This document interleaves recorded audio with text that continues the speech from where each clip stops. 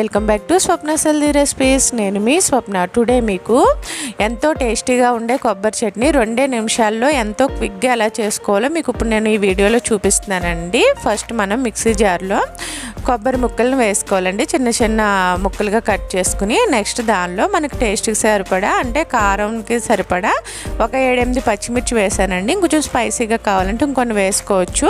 So next చిన్న వెల్లుల్లి రెమ్మల్ని తొక్క తీసిన 3 వేసానండి నేను.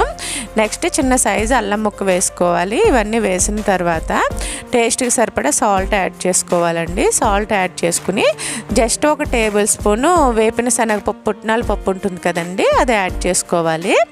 మొత్తం ఇవన్నీ యాడ్ చేసుకున్నాక చిన్న సైజు చింతపండు వేసుకోవాలండి. నేను ఇక్కడ చిన్న లెమన్ సైజ్ వేసాను. సో నెక్స్ట్ కొద్దిగా వాటర్ వేసుకుని మనం కోర్స్గా గ్రైండ్ చేసుకోవాలండి, బాగా మెత్తగా గ్రైండ్ చేసుకోకూడదు.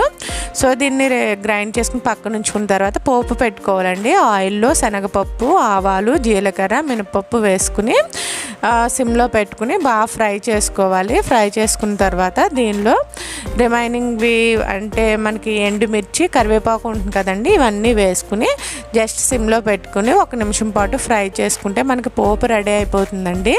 ఈ పోపు ఇలా చిటపట్లు ఆడుతున్నప్పుడు మనం గ్రైండ్ చేసి పెట్టుకున్న పచ్చడి ఉంది కదండి, కొబ్బరి చట్నీ, అందులో వేసుకుంటే మనకి 2 నిమిషాల్లో పచ్చడి ఈజీగా రెడీ అయిపోతుందండి.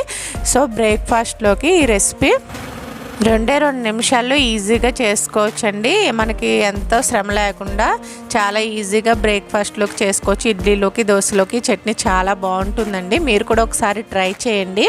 ట్రై చేసి ఎలా వచ్చిందో కొబ్బరి చట్నీ నాకు మీ ఫీడ్బ్యాక్ని కమెంట్స్ రూపంలో తెలియజేయండి. ఈ వీడియో కనుక మీకు నచ్చినట్లయితే ప్లీజ్ లైక్ చేసి, షేర్ చేసి, కమెంట్ చేయండి. ఇంకా మన ఛానల్ని ఎవరైనా సబ్స్క్రైబ్ చేయకపోతే ప్లీజ్ సబ్స్క్రైబ్ చేసి పక్కనే ఉన్న బెల్ ఆల్ క్లిక్ చేయండి. మరిన్ని లేటెస్ట్ వీడియో నోటిఫికేషన్స్ మీకు వస్తాయి. మరొక వీడియోతో కలుద్దాం. Thanks for watching. Bye bye.